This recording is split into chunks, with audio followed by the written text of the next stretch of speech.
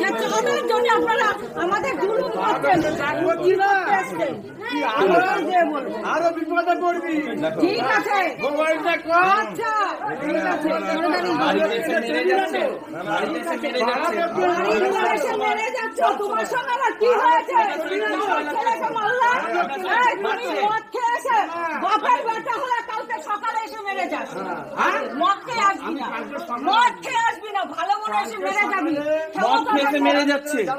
থাকলে বাপের বেটা হলে ভালো মনে এসে মেরে যাস। মদ খেয়ে মেরে চশমা মেরে দিল।